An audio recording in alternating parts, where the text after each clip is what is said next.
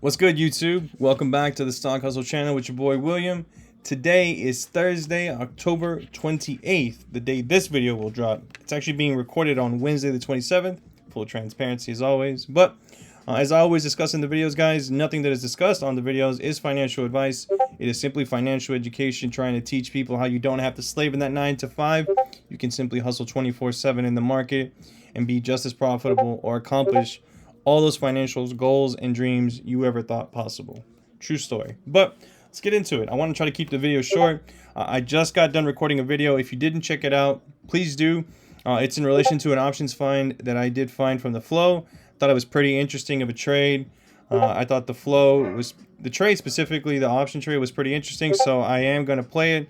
That'll be released either sometime prior to this video being dropped or a little after, but it will be initiated. I can assure you of that 100%. I won't let that opportunity pass me up. Done that too many times, learned my lesson. But for this specific video, we're going to stick to this ticker, SKLZ, which is Skills Incorporated, right? Some of you may have heard of this ticker. It was pretty popular at the end of 2020. As you see, it went essentially somewhere from the 10s, skyrocketed all the way up to the 46s before it fell from heaven with that Nasdaq correction, and then really honestly hasn't really recovered since, right? However, there is some pretty important pieces of information you might want to know about this ticker, because I am really bullish on this specific ticker because I feel it is a great opportunity, especially being that it's sitting essentially today at $11.09. I consider that the floor. If you base it on historical value, that's where it started. We can go back even further, I think. If you give me 1 second.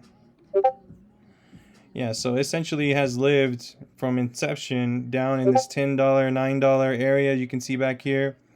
When it first started trading publicly, what is that, April of 2020, so about a month after the pandemic started, or the pandemic lockdown hit, is when this started trading. As you see, it did have this peak and then has fallen off since, going back to where it initially started. Now, what is Skills? So Skills has a website. We're going to see here. It says Embrace Your Inner Champion, the platform for competitive online mobile gaming. We're right off the bat. It does give you some pretty good information. 30 million players, 30,000 developers, 5 million daily tournaments, 100 million monthly prizes, earning a living doing what you love, right? So it's competitive gaming on a web-based platform, essentially, right? They do have an investor section, which I did take the liberty of already screening and going through. So here, our mission. At Skills, our mission is to connect the world through competition. We have invested deeply in the technology necessary to provide fair and secure competitive gaming experiences for our users. The trust we foster with our users is the foundation upon which our community is built. Damn, who is blowing me up? Lord have mercy. Those discords, man, I swear they get to you sometimes. I don't know why I stay in some of those discords, but anyway, that totally threw me off. Seriously. So they do have some more information, like latest news and stuff. Nothing really prevalent. They have this presentation. It was 7 minutes long. Didn't offer anything of what I wanted to hear. It's 7 minutes of my life I'm never going to get back listening to their CEO. But what I did find was some Q2 2021, which was from August, as we can see here, Stockholder Letter. And in this letter, there was some important information I hadn't heard or known of. So I'm kind of going to touch base back on it because now the new earnings is upon us, as they have earnings coming up November 3rd after market close. So that's in a couple days. That's not far off, right? So if you go through this presentation from August, there's a couple pieces of information. Again, there was something I didn't know initially that now that I see this, I understand why it was implemented in the last quarter earnings, because I feel it's going to have a bigger impact for this quarter earnings, and I'm explaining why. So it says, we launched our multi-phase partnership with the NFL, kicking off with a competition for the next great NFL mobile game. Together with the NFL, we have selected 14 semifinalists, and we are confident we will deliver a great new mobile esport to our users and hundreds of millions of NFL fans everywhere. That's a pretty big takeaway, a pretty big piece. I'm actually surprised they didn't talk more about it in this presentation for last quarter earnings, but that is something that is important because the NFL is a monster. It's a revenue giant. It produces millions upon billions of dollars. for in all kinds of spaces, right? But having a game associated to it, having a multi-phase partnership with them means they're going to be involved in some of this. That can play heavily, especially in competitive gaming. You already know how Madden is super competitive. People pay tournaments for that as it is. So that to me interested me a lot. There was another game in here called Big Buck Hunter, right? It's a first-person shooter game if you never played games, right? I'm not a big gamer, but I know that game, or these two games specifically. But yeah, this was something that caught my attention right away. So going through this, we'll go through and weed out some of the other information that I found. It says here in Q2, we developed artificial intelligence. This is something else that I thought would be more talked about either in the news, and I couldn't really find any news articles on it or around it. But it says, we deployed artificial intelligence to our limited time offer marketing programs to drive improvements in monetization. Once a team of analysts was required to determine which users would get what offers. Now, our machine learning system looks at our users' historical pattern, instantly analyzes them, and serves up the perfect offer to help optimize monetization. So it's producing revenue through marketing. That's super big. As we've seen from other companies that I've reviewed already through my video log, anything AI is hot, and anything AI tends to go to the top side. So the fact that this company has AI in some segment of their business is super bullish to me, right? And then you see down here, potential to generate more revenue. That's what I'm trying to highlight. That specifically ties into like the other tickers that we've talked about that include AI, right? So that's something that I'm super bullish on as well. I did not know that about them, so it's pretty cool to see. Engagement, retention, conversation, and monetization going forward. Again, they're just emphasizing. Yesterday, we announced that we have formed a strategic alliance with Exit Games, investing $50 million. So they invested $50 million into Exit Games, the world's most advanced synchronous multiplayer gaming technology, which allows developers to create and host real-time multiplayer games. Excuse me one quick second. That is literally going to drive me up the wall. Bro, relax. Man. So as you guys can see, these are some pretty cool games from what you can tell. Again, I'm not a gamer, full transparency, but I know gaming is big and a lot of people are big into gaming. The NFL Developer Challenge shows progress and promise, so hopefully in this earnings coming up, we will get an update on this specific progress for this challenge to see who the 14 semifinalists are, for example, and what they've come up with up till date.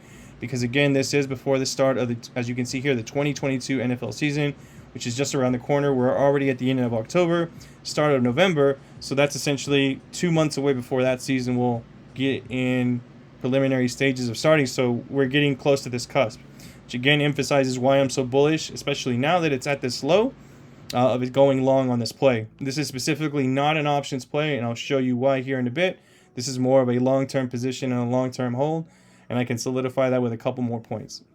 It says play mechanics, approaches skills to build a competitive mobile version of one of the nation's most popular arcade franchises, Big Buck Hunter, which I talked about a little up above. Entering its first-person shooter game, important milestone for us. The genre includes games ranging from Fortnite to Call of Duty and PUBG. Don't know what that stands for. Again, I'm not a gamer, but I know Call of Duty and I know Fortnite. My son loves those games, so I can pretty much take away from that. It's pretty important. Operational review. We generated 52% year-over-year revenue growth and 53% year-over-year, I think that's monthly active user. COVID bump. They talked about COVID, how it affected their business. Obviously, you can see that in the financials. If you go down a little lower, I actually highlighted that. Revenue, I wanted to touch base on this first. Q2 2021 revenue was $89.5 million, up 52% over the period year. So that means from this same point in August to the previous, they were up 89.5 million, or otherwise up 52%, right? So it'll be interesting to see how much that is increased from August till November, right? That's what I'm really looking forward to. So I'm really looking forward to their earnings. Gross profit was 85.1 million, up 52%. Once again, that growth of 52% is pretty high. It's something that it would satisfy me, to be honest. What was the other highlight that I found down here? I'm trying to skim through this because I'm trying to keep the video short as possible. Oh, revenue. So you see the dip in 2020, right? That's pretty important. You might want to take that away. Obviously, we know the pandemic had effect on multiple businesses. The fact that it has this dip in the hesitation in their earnings is not something to dwell on. It's expected, right? Their losses, there wasn't really anything that I thought was pretty pertinent. Oh, short-term common stock warrant liabilities. They had this added that they didn't have before. I have to dig more into this to exactly understand what this is, which I will do if needed or if anybody asks. I just haven't taken the time to do that. I think that was it. Oh, here we go. Average revenue per user, PMAUs, is paying monthly active user. So to correct myself from earlier. But what I took away from this was the growth, continuous growth, right? From June 30th, 6 months in, you see growth 6 to 11. June 30th, 2020 through the end, you see 7 to 12. Paying monthly active users, or average revenue per user, excuse me, you see how much they're generating in revenue per user. Then you see paying active monthly users, you see growth as well, continuous growth to the top side. That will be interesting to see that in this quarter's report, or this earnings report coming up, to see that continued growth. And then you see average revenue per paying user. Again, you see that continuous growth. Even though the pandemic did have an impact, it actually spiked in 2020 more than in 2021. Maybe because during lockdowns, more people were at home playing games, potentially. That's just the way I interpret it as a quick explanation. Nothing to dwell on in either case, right? But that kind of gives you the rundown for the website and some of their financials and some of the things they're working on. Going into target prices, because I like to give you guys targets from professionals. As you do see, Nasdaq does have a buy rating on them by Jefferies, Stifel, and Webush.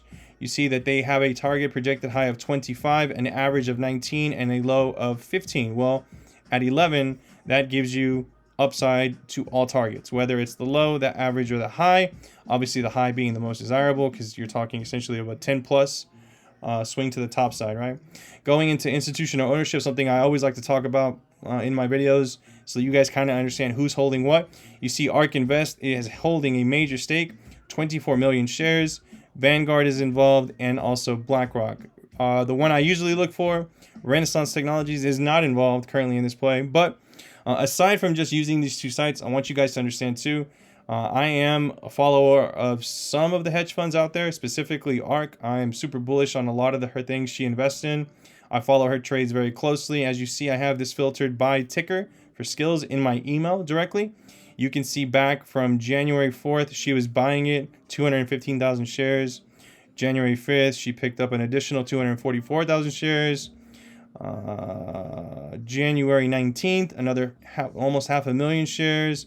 She's been pretty much nonstop buying the entirety of the year and hasn't stopped one bit. Another 429,000 shares.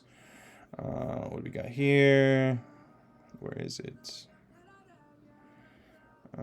Right here, 429,000 again. January 28th, even through a slow period, once the Nasdaq started correcting, she still kept buying 268,000. February 25th, where is it? Here we go, another 189,000. I think you guys get the point. We can skip a couple months.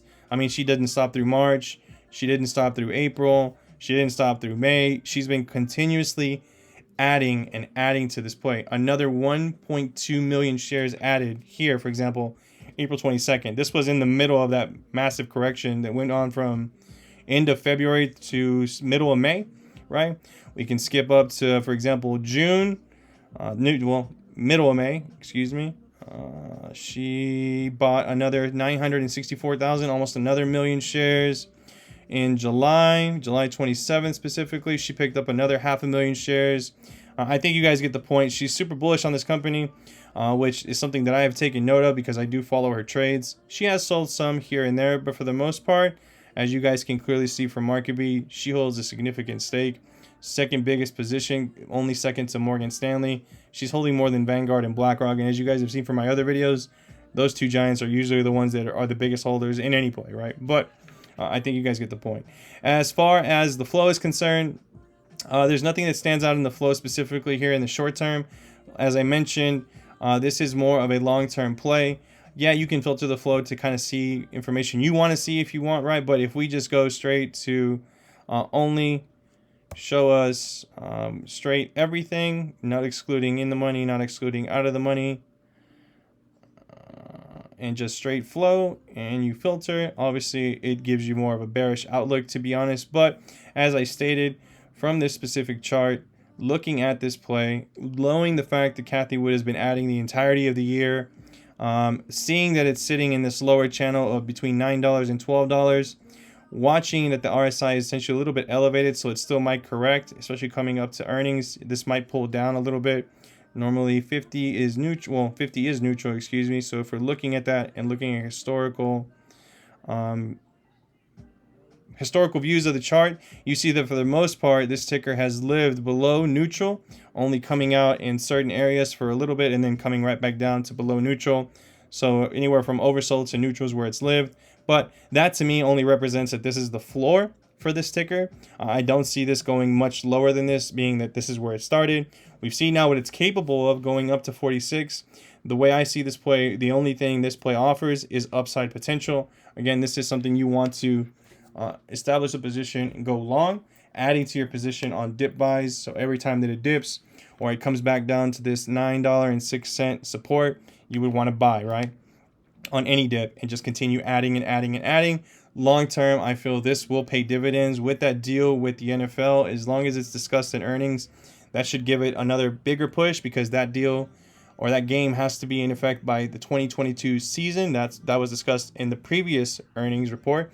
So in this earnings report that's coming up in November, it'll be interesting to see what other things they've added, how their revenue is done, how their monthly active user revenue has grown, and what signs it shows there.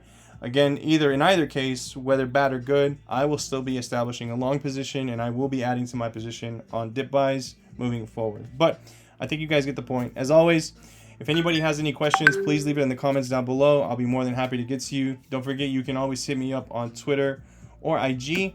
And yeah, until then, guys, I'll catch you in the next one.